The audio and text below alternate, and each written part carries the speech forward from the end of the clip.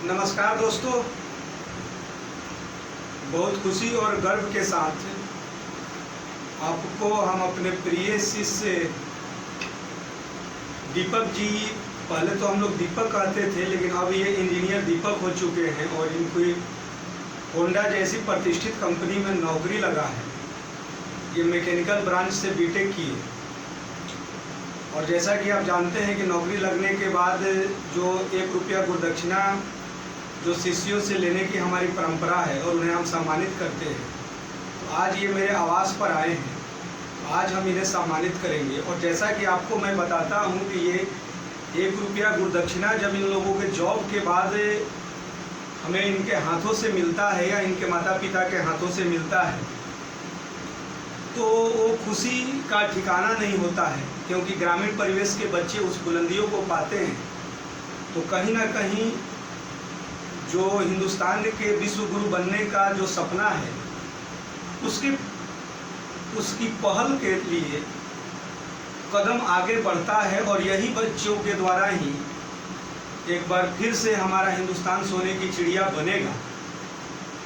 तो आज हम दीपक को सम्मानित करेंगे और इनको आगे भी उज्जवल भविष्य के लिए बहुत बहुत शुभकामनाएं और आप खूब तरक्की करें, भगवान से यही दुआ है। दीपक जी, ये बताइए आप कि अभी आप का जॉब जो है कहाँ है? थोड़ा सा दर्शकों को मैंने तो जिक्र कर दिया, किस कंपनी में जॉब है और किस पोस्ट पर और कहाँ है, थोड़ा सा दर्शकों को बता दीजिए। हेलो एवरीवन, मेरा नाम दीपक कुमार सिंह है। मैं अभी होंडा में R&D डिपार्टमेंट में हूँ, वहाँ पे सीनियर इंजीनियर हूँ। वहाँ पे गुड़गांव हरियाणा में, जैसा कि सर ने अभी इंट्रोड्यूस किया, ये सारा सर का दिया हुआ है। जो भी हमने अचीव किया अभी तक, ये सर से हमने सीखा, क्योंकि हम एक ग्रामीण क्षेत्र से हैं। वहाँ से हमें 10th से पहले हमें ये सब नहीं पता था। जब 10th करके हम आए सर के पास, तो जो भी हमें मिला वो तो सराहनीय है, लेकिन जो सर ने हमें मजबूती दिया, जो हमारे अंदर स्ट्रेंथ दिया उन्होंने, ये वाकई काफ़ी हद तक ऊंचाइयों तक छूने के लिए ये है।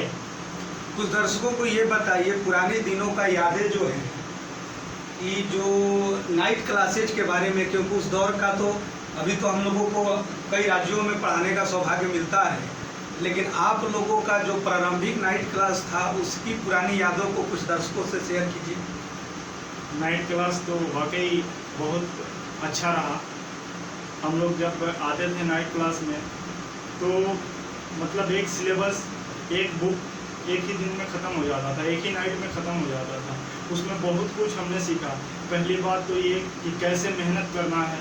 उसके बाद अगर नाइट क्लास के अलावा हमने इसको कंटिन्यू रखा अप टू जॉब तक, जब तक कि हमने ये जॉब हासिल ना किया करने तक हमने ये बिल्कुल कंटिन्यू रखा। उससे हमें एक चीज़ ये मिला कि कैसे मेहनत करना है, how to get any big goal and all. So we got all those things through night classes. देखिए, दीपक जी ने क्या बोला कि जैसे प्रैक्टिस क्या होता है, नाइट क्लासेज जो लगातार 12 घंटे का अनुभव होता है, एक एक बुक का मतलब क्या है। जैसे मान लीजिए कि कभी आप पढ़ते होंगे 3D है या वेक्टर है, जो भी जेई में आते हैं, तो क्या होता था कि एक एक रात में 3D वेक्टर जैसे टॉपिक खत्म हो जाते थे, डिफरेंशिएशन का लेक्चर हो जाता था, इंडिफिनिट इंटीग्रेशन को काफ़ी कंसेप्चुअल हम लोग पढ़ लेते थे लगातार 12 घंटे। प्रैक्टिस के काफ़ी समय मिलते थे बच्चों के पास। तो कहीं ना कहीं, और एक बात जो बार बार मैं बोल रहा हूँ कि जैसे हम लोग एक शिक्षक हैं, और मैं खुद भी बोलता हूँ, सभी शिक्षकों के लिए भी बोलते हैं, सभी लोग नहीं बोल पाते हैं लेकिन मैं खुलकर बोलता हूँ कि हम लोग बहुत सारे बच्चे को पढ़ाते हैं, सारे बच्चे सफल नहीं होते, उसमें कुछ खास बच्चे सफल होते हैं, तो उनके माता पिता का बच्चों का बहुत बड़ा योगदान होता है। उस बच्चे की मेहनत इतनी होती है कि जिसकी कल्पना नहीं कर सकते। तो इसमें जो इनकी सफलता होता है, इसमें इनकी परिश्रम का बहुत बड़ा योगदान होता है। और कभी इनके माता पिता से भी हम आपको रूबरू कराएंगे, क्योंकि बच्चे की सफलता के बाद क्या होता है कि बार बार मैं बोलता ही हूँ हर वीडियो में भी कि कोई भी इंस्टीट्यूशंस है या कोई भी संस्था है तो लगता है कि कोई भी है बड़े शहर में, पटना, दिल्ली, कहीं भी बड़े शहर में कोटा क्या होता है कि सारा काम कोचिंग ही कर दिया। अरे भाई वो बच्चा कहाँ गया, उस बच्चे की मैंने उसके माता पिता कहाँ गए? जब सारा काम कर दिए तो टोटल का तो रिजल्ट होना चाहिए। तो इनके माता पिता को भी, क्योंकि माता पिता विलुप्त होते जा रहे हैं, तो माता पिता को हम लोग जो घर घर जाकर सम्मानित कर रहे हैं सफल होने के बाद, तो इनके माता पिता से भी आपको रूबरू कराएंगे इनके आवास पर जाकर, क्योंकि ये तो जॉब के बाद तो बच्चे मेरे आवास पर आते हैं गुरुदक्षिणा देने के लिए, लेकिन माता पिता को सम्मानित करने के लिए हम लोग खुद बच्चों के आवास पर जाते हैं। और ये परंपरा लोगों को पसंद भी, और अन्य लोगों को मैं आग्रह करूँगा कि जो भी शिक्षक हैं जरूर है कि माता पिता को, क्योंकि माता पिता का दिया हुआ संस्कार जो है, मजबूती जो है, उनके साथ कदम से कदम मिलाकर चलना, उनके जीवन की उतार चढ़ाव में हमेशा उनके साथ रहना, कि उसको काफ़ी बुलंदियों तक पहुंचाए। दीपक जी ये बताइए कि एक अपने ग्रामीण परिवेश या अन्य बच्चों के लिए एक संदेश आप कि जीवन में सफलता के लिए, आपका जीवन में जो भी उतार चढ़ाव या आपने बुलंदियों का पाया, जीवन में सफलता के लिए क्या करना चाहिए? सर मैं ये कहना चाहूँगा कि जैसे कि मैं ग्रामीण क्षेत्र से हूँ और हम जाते हैं 1 घंटे का क्लास हो या 2 घंटे का हो, वैसे हमें तो 12-12 घंटे नाइट क्लास हमें मिले हैं, तो अगर हम चाहें तो उसको कहीं से भी हम पढ़ सकते हैं। अगर चाहें तो इंटरनेट पर भी पढ़ा हुआ है, जैसे कि आजकल लोग पढ़ रहे हैं, उसको फॉलो कर रहे हैं। लेकिन हम बड़े बड़े इंस्टीट्यूशन में IIT हो, NIT हो या किसी बड़े इंस्टीट्यूशन में जाते हैं तो हम लेक्चर के लिए जाते हैं, बड़े पर्सनालिटी के सामने जाएं, उनसे सीखें, वो हम सुनने के लिए जाते हैं और हमें वो 12-12 घंटे मिला है। तो मैं तो यही संदेश देना चाहूँगा कि आप शॉर्टकट रास्ता ना अपनाएं, आप बिल्कुल मतलब गो थ्रू डीपली जाएं, बड़े अच्छे मतलब कि आप अथॉरिटी से जाएं, उस इंस्टीट्यूशन से पढ़ें जहाँ की मतलब आपको अच्छे कुछ मिले।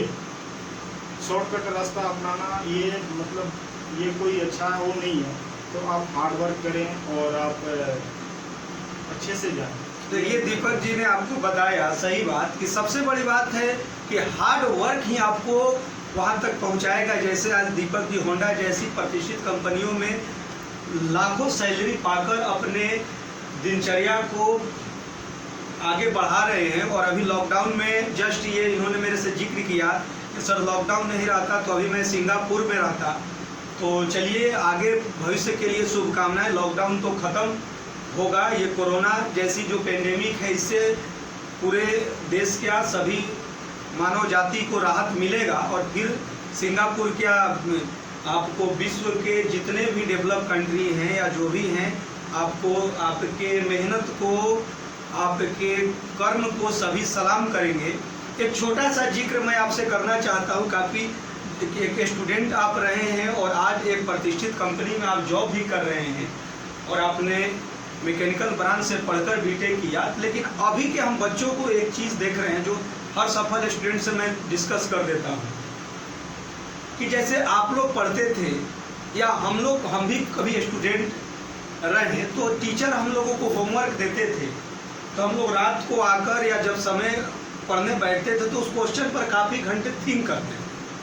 क्वेश्चन बने या ना बने उसे नहीं, उसमें एग्जाम्पल देखते थे, उसके बाद थिंक करते थे, सोचते थे कि उस क्वेश्चन को हल करें। अपने सीनियर के यहाँ कुछ देर सोचने के बाद सीनियर से के यहाँ भी जाते थे पूछने के लिए।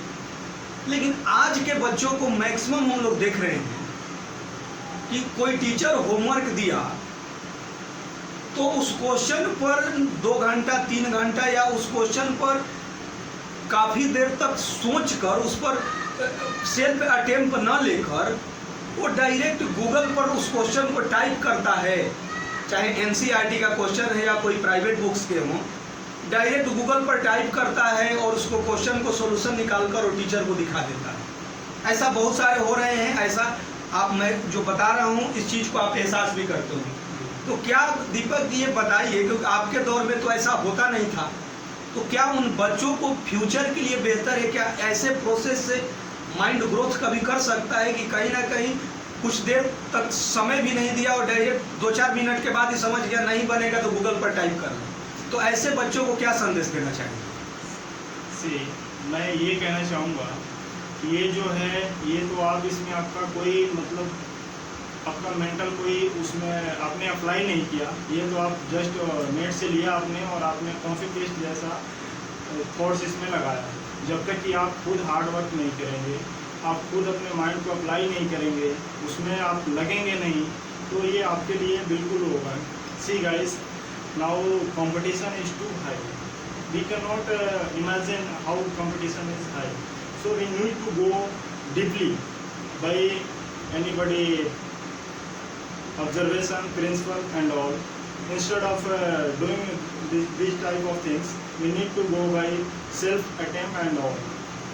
तो आप हमेशा इंटरनेट के बजाय आप खुद उसमें प्रैक्टिस कीजिए, किसी सीनियर से लीजिए, किसी फैकल्टी से आप पूछिए, और उसके बाद भी नहीं होता है फिर आप ये देख सकते हैं, लेकिन आप शॉर्टकट फॉर्मूला ना अप्लाई करें। एक अपने जूनियर के लिए आप संदेश, क्योंकि जो बैड हैबिट्स हैं उसको जो बच्चे सफल होते हैं उनकी बातों को सुनेंगे ही, हम लोग भी सलाह देते हैं। जैसे सोशल साइट्स हुए, जैसे फेसबुक हुए, व्हाट्सएप हुए, ट्विटर हुए, इंस्टाग्राम हुए, उनसे बहुत सारे लोगों को अपने पर्सनल लाइफ में अचीवमेंट या गोल को पाने में या पॉपुलैरिटी पाने में ये सोशल साइट से एक रास्ता बना है, लेकिन उसकी संख्या बहुत कम है, 1% वैसे लोग हैं। लेकिन आज के जो नई पीढ़ी के बच्चे हैं, जो 8, 9, 10th के बच्चे हैं, 11th के बच्चे हैं, वो अपने 14 से 15 घंटा से एबव समय जो है अपने इन्हीं पर फेसबुक, व्हाट्सएप ये सब पर ही समय बर्बाद कर रहे हैं। ऐसा बहुत सारे बड़े बड़े लेखक का कॉलम भी आ चुका है। अपना माता पिता घर पर देख भी रहे कि दिन भर वो समय बर्बाद कर रहे हैं स्टूडेंट लाइफ में। तो वैसे बच्चों को क्या संदेश देना चाहेंगे? एक तो पढ़ाई का हुआ, मान लीजिए क्वेश्चन करेगा, लेकिन जो दिन भर, क्योंकि वैसे बहुत सारे पेरेंट्स का भी मैंने सुना है कि सर तो दिन भर मतलब मोबाइल पर 15 से 17 घंटा समय, खाना भी खा रहे हैं तो उसी पर फेसबुक, व्हाट्सएप ऐसे ही कर रहा है। तो उन बच्चों को क्या संदेश देना चाहिए? मैं इनको यही कहना चाहूँगा कि सोशल मीडिया है, इसको आप अच्छे मैनर में यूज़ करें, कम यूज़ करें। इसके लिए आप इसके सिवा आप बुक को प्रेफर कर सकते हैं, फैकल्टी के नोट्स को आप प्रेफर कर सकते हैं। सोशल मीडिया पर ज़्यादा टाइम व्यक्त करने से आपकी mental capacity, thinking capacity and all ये डिस्टर्ब हो जाएंगे, तो आप अच्छे से मेहनत नहीं कर पाएंगे। तो आप इसको ज़्यादा से ज़्यादा अच्छे तरीके से यूज़ करें अगर करना है तो, नहीं तो आप इस पर फालतू की चीज़ों पर ध्यान ना दें। ये आपके फ्यूचर पर इफेक्ट करेगा, अभी आपको समझ में नहीं आएगा, लेकिन जब आप मतलब आगे जाएंगे फिर आपको पता चलेगा कि बेस आपका फाउंडेशन अगर स्ट्रॉन्ग नहीं है तो इसकी वजह से आप फेलियर हो रहे हैं। तो आप इस पर ज़्यादा टाइम व्यर्थ ना करें। देखिए, मैं तो यही सलाह दूंगा कि आप अपने सीनियर, वो भी वैसे सीनियर जो सफल हो गए, वो भी सबसे बड़ी बात है ग्रामीण परिवेश, और वो भी आप 10th, ये लोग हिंदी मीडियम से जो है 10th का पेपर देने के बाद, उसके बाद 11th 12th में 2 साल हमें पढ़ाने का मौका मिला। वो भी दिन रात हम लोगों ने मेहनत किया, और उसके बाद प्रतिष्ठित कंपनी पर लाखों की सैलरी पर ये कार्यरत है और अपने सपनों को पंख लगा रहे हैं। तो इन लोगों का जो भी सलाह है ज़रूर आप मानिए, क्योंकि ये अपने अनुभव से ही उन बातों को शेयर कर रहे हैं। तो आगे भी ऐसे ही जो भी इनके जैसे मेरे स्टूडेंट मिलते जाएंगे और आएंगे, तो आप लोगों को हम मिलवाते रहते हैं उनकी सलाह को। तो मैं आग्रह करूंगा कि दीपक जी नहीं, दीपक जी तो पहले बोलते थे हम लोग, इंजीनियर दीपक जी की सलाह को आप लोग मानिए और इनकी राय को आप बताइए कमेंट बॉक्स में। जो अभिभावक भी हैं कैसा लगा, और कहीं ना कहीं एक बेहतर राष्ट्र निर्माण में ऐसे ग्रामीण परिवेश के स्टूडेंट जो बुलंदियों को छू रहे हैं, इनका बहुत बड़ा योगदान रहेगा। Thank you.